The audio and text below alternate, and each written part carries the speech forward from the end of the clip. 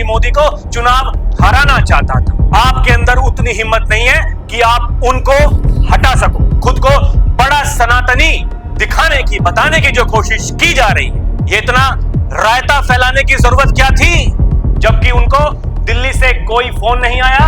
एक आईपीएस अधिकारी ने उन्हें पहले ही बता दिया, धर्म अगर आपका है तो उनका भी धर्म है, दंगाइयों को निपटाने के लिए, माफियाओं को मिटाने के लिए। नमस्कार दर्शकों, डीएनपी इंडिया में आपका स्वागत है। मैं हूं आपके साथ राहुल चौधरी। वो कौन लोग हैं जो प्रधानमंत्री मोदी को 2024 के लोकसभा चुनाव में चुनाव हराना चाहते थे? वो कौन लोग हैं जो ये चाहते थे कि बीजेपी की सरकार ना बने, इस देश में कांग्रेस की विपक्षी गठबंधन की सरकार बन जाए?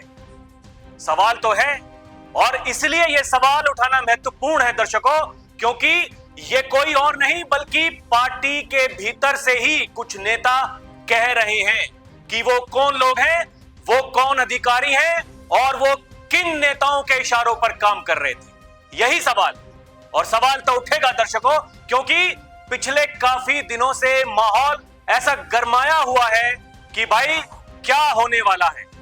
क्या प्रधानमंत्री मोदी अपनी कुर्सी पर नहीं रहेंगे?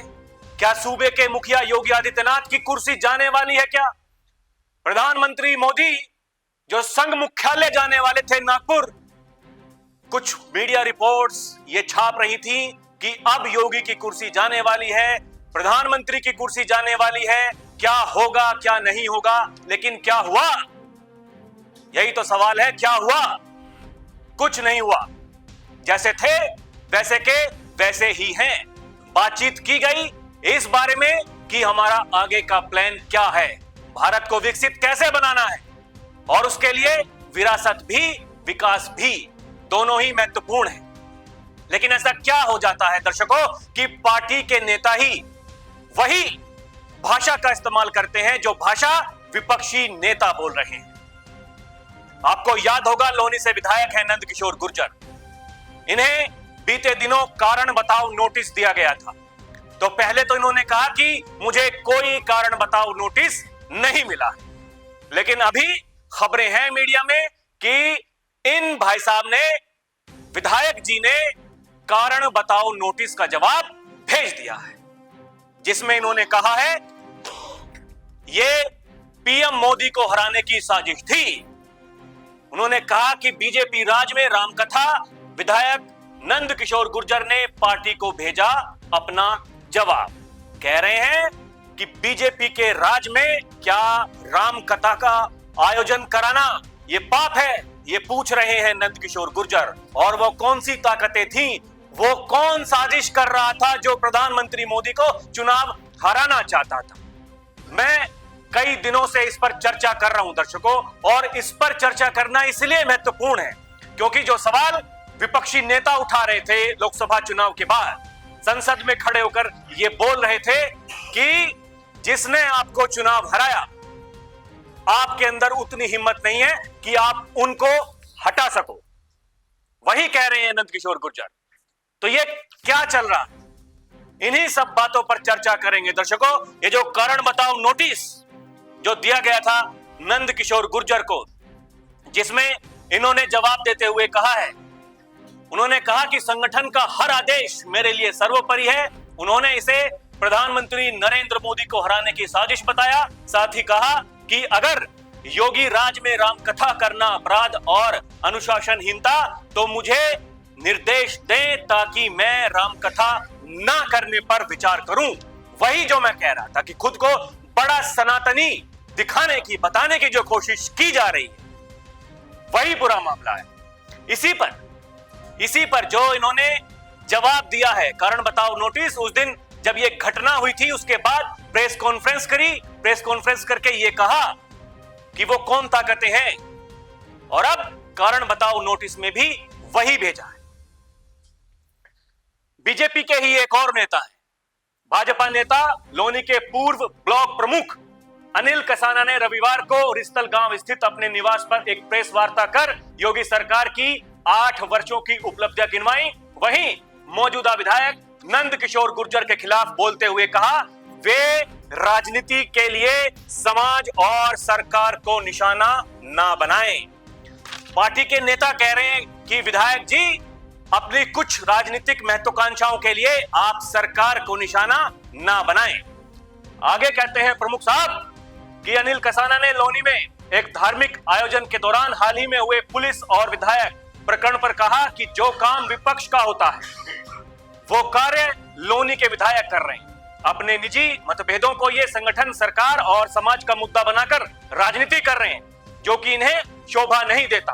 आज उन्हें समाज और जनता की याद आ रही है। वही जो मैं कह रहा हूं, ये जो चल रहा है, बात महत्वपूर्ण वो नहीं है दर्शकों कि उन्होंने क्या क्या आरोप लगाए। आरोप तो उन्होंने बहुत सारे लगाए कि मेरी हत्या की साजिश हो रही थी, मुझे जान से मारने का पूरा प्लान था, पुलिस अधिकारी उसके अंदर इन्वॉल्व थे। वो बहुत बड़ा कार्य, देखिए अगर उसको देखें तो बात तो वो अपने आप में बहुत बड़ी है, लेकिन उससे भी बड़ी बात ये जो प्रधानमंत्री मोदी को हराने की जो बार बार जो बातें की जा रही हैं, जो बार बार बातें की जा रही हैं, तो वो कौन कर रहा है, किसके इशारे पर कर रहा है, यही सवाल है दर्शकों, यही सवाल है। वही देखिए, नंद किशोर गुर्जर ने कारण बताओ नोटिस नहीं मिला। ये जो 2 दिन पहले जो मीडिया रिपोर्ट छपी थी, इसी पर कहा था कि मुझे कोई कारण बताओ नोटिस नहीं मिला। लेकिन अब जब जवाब दिया है कारण बताओ नोटिस का, तो कहा है कि नंद किशोर गुर्जर ने कारण बताओ नोटिस का जवाब प्रदेश अध्यक्ष को भेज दिया है, मुख्यमंत्री योगी आदित्यनाथ से मुलाकात का समय मांगा है और उन्होंने कहा कि मुख्यमंत्री सही बातों को समझेंगे और गलत बातों का खंडन भी करेंगे। तो भाई साहब, अगर मुख्यमंत्री जी से मिलना ही था तो पहले क्यों नहीं मिल लिए थे? ये इतना रायता फैलाने की जरूरत क्या थी कि अगर विपक्ष के नेता भी ये कह रहे हैं कि उत्तर प्रदेश सरकार के विधायक वही अपनी सरकार की पोल खोल रहे हैं। आपको अगर ऐसा लग रहा था कि कुछ ठीक नहीं हो रहा है, अधिकारी मनमर्जी कर रहे, वो किसी की बात नहीं सुन रहे, तो क्यों नहीं आप पहले ही मुख्यमंत्री जी से जाकर के मिल लिए थे? क्या कोई और नेता, पार्टी के ही नेता या फिर जो आपके साथ सहयोगी दल है, क्या उनके नेता जाकर के मुख्यमंत्री से नहीं मिलते? क्या मुख्यमंत्री जी उनसे मुलाकात नहीं करते? और तो और अभी कुछ दिनों पहले विपक्षी नेता समाजवादी पार्टी के प्रत्याशी रहे थे, वो जाकर के मुख्यमंत्री योगी आदित्यनाथ से मिले। तो क्या योगी आदित्यनाथ ने, बाबा ने उनको मिलने का समय नहीं दिया? आप वक्त मांग रहे हैं तो पहले कहां थे? सवाल तो उठेगा ना दर्शकों कि ये हो क्या रहा है, क्या करने की कोशिश की जा रही है।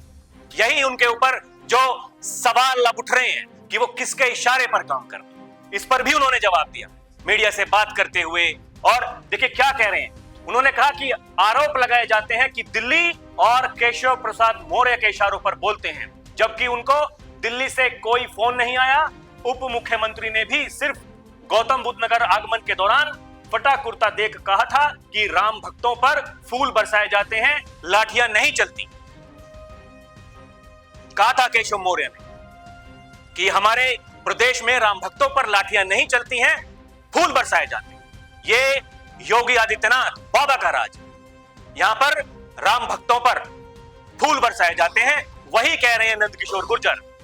उन्होंने कहा कि अगर ये देखिए, ये जो आरोप मुझ पर लगे हैं ये बिल्कुल बेबुनियाद है, झूठे हैं, मुझे किसी का फोन नहीं आया, तो आपको ये सफाई देने की जरूरत क्यों पड़ रही? सवाल वही है, अगर ये रायता आपने नहीं फैलाया होता तो आपको किसी सवालों का जवाब देने की जरूरत नहीं पड़ती, लेकिन रायता आपने फैला दिया और कहा कि देखिए हमारी उत्तर प्रदेश की जो सरकार है वो सबसे भ्रष्ट सरकार है। यही देखिए जो खबरें छप रही हैं कि विधायक नंद किशोर गुर्जर ने कहा कि संगठन का हर आदेश मेरे लिए सर्वोपरि है।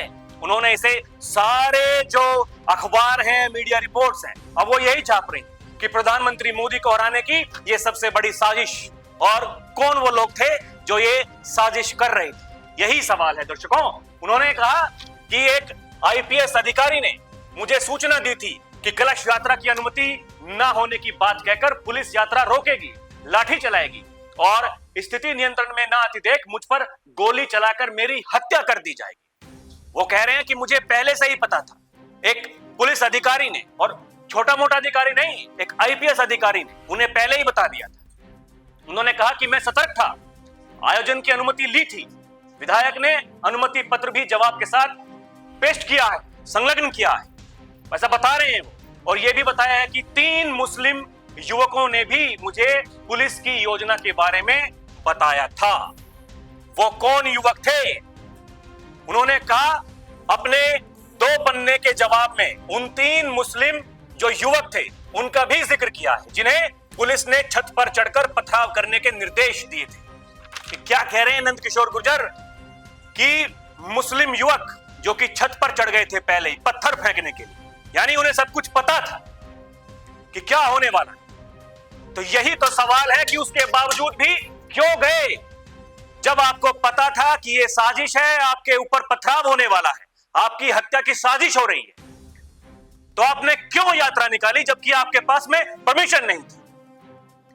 और आप कह रहे हैं कि मेरी हत्या की साजिश हो रही थी, दंगे कराने की साजिश हो रही थी। अब मुस्लिम युवकों का नाम लिया तो बात तो हिंदू मुस्लिम की आएगी कि नहीं आएगी? वही देखिए, उन्होंने कहा कि महिलाओं के साथ भी दुर्व्यवहार किया गया। उन्होंने कहा कि एक आईपीएस अधिकारी ने पहले ही मुझे बताया था कि पुलिस कलश यात्रा में बाधा डालेगी और मुझ पर लाठीचार्ज किया जाएगा। साफ साफ कह रहे हैं कि देखिए, पत्थरबाजी कर सांप्रदायिक तनाव पैदा किया जा सके और फिर इसी को बहाना बनाकर पुलिस उन पर गोली चला सके। यानी जब आपको पता था कि ऐसा होने वाला है, सांप्रदायिक दंगे भड़कने वाले, मैं पहले भी कह चुका हूं, रमजान का महीना चल रहा, धर्म अगर आपका है तो उनका भी धर्म है, यह बात आपको समझनी पड़ेगी। उसके बावजूद अगर आप जिद कर रहे हैं और जबरदस्ती कर रहे हैं तो इससे क्या पता चलता है? आप अपने कुछ निजी स्वार्थों के लिए अपने आप को बड़ा सनातनी बताने की कोशिश कर रहे हैं। और जब आपको पता था कि आपके साथ में यह होने वाला है, दंगे होने वाले, तो क्यों नहीं आप रुक गए? सवाल तो उठेगा। यही वो सवाल है। योगी आदित्यनाथ को जाना जाता है दंगाइयों को निपटाने के लिए, माफियाओं को मिटाने के लिए। मैंने पहले भी इस बात का जिक्र किया था, मैं आज भी इस बात का जिक्र कर रहा हूं दर्शकों। योगी आदित्यनाथ 2017 से पहले उत्तर प्रदेश में दंगे होते थे, कई बार ये कह चुके हैं कि उन दंगों में अगर हिंदू समाज का नुकसान होता था तो मुस्लिम समाज का भी नुकसान होता था। उन दंगाइयों से निपटने के लिए क्या किया था योगी आदित्यनाथ?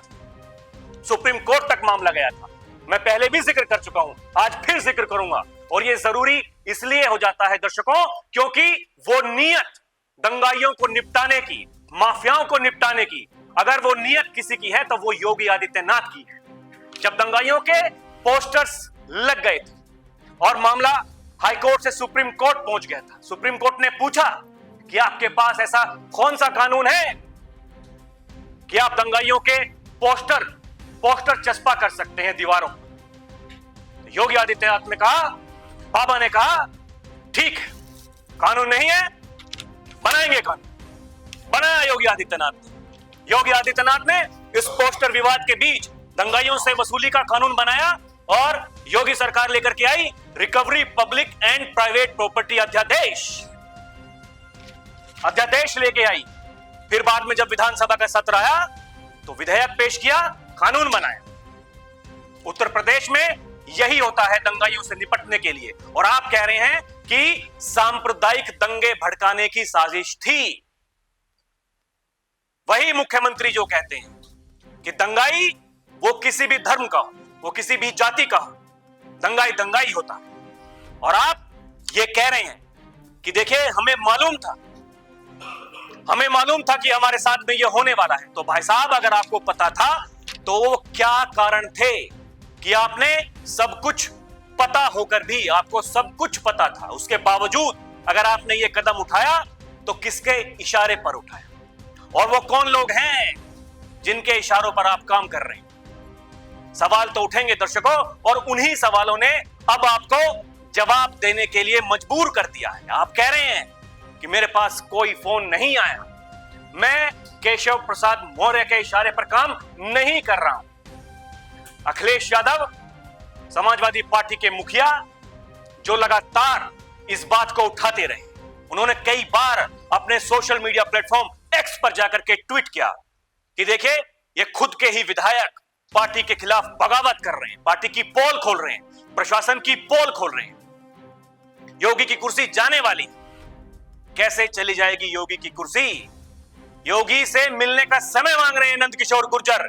कह रहे हैं कि मैं महाराज जी से जाकर के बात करूंगा, उन्हें समझाऊंगा कि अधिकारी क्या कर रहे हैं। अगर आपको योगी से मिलना था, बाबा से मिलना था, आप पहले कहां थे?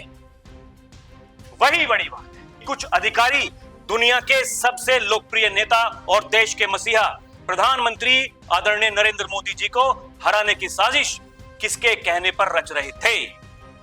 किसके कहने पर रच रहे थे? अंत यही कहते हुए कहा, यहीं पर एंडिंग हुई कि प्रधानमंत्री को हराने की साजिश कौन कर रहा था? अधिकारी जो पैसे बांट रहे थे वो किसके इशारे पर काम कर रहे थे? तो क्या कहना चाहते हैं नंदकिशोर गुर्जर? विपक्षी नेताओं की भाषा क्यों बोल रहे हैं? सवाल तो यही है। और किसको बदनाम करने की कोशिश की जा रही है? योगी आदित्यनाथ को बदनाम करने की कोशिश की जा रही है। क्यों की जा रही है? यही सवाल, ये सवाल उठेंगे और हम लगातार इन सवालों को उठाते रहेंगे। दर्शकों, अभी के लिए इतना ही। आप देखते रहें डीएनपी इंडिया, हर खबर भरोसे के साथ। नमस्कार।